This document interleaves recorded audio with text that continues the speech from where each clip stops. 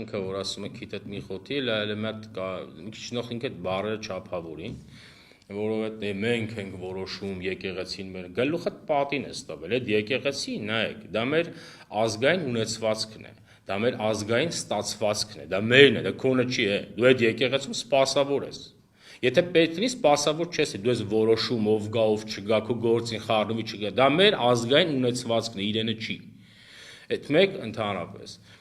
Իսկ իրենք այո, իրենք պետության քաղաքական կյանքին խառնվելու իրավունք չունեն, բայց իրենք իրավունք ունեն նպաստելու ներհասարակական ներդաշնակությանը,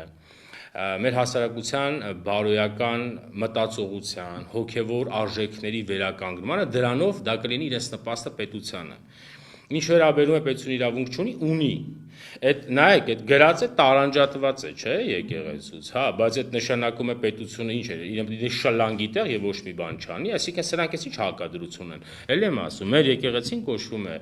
Հայաստանյայց առաքելական սուրբ, այսինքն Հայաստանի առաքելական սուրբ եկեղեցի։ Դա նշանակում է, դա պետական է ըստ էության։ Դա իհարկե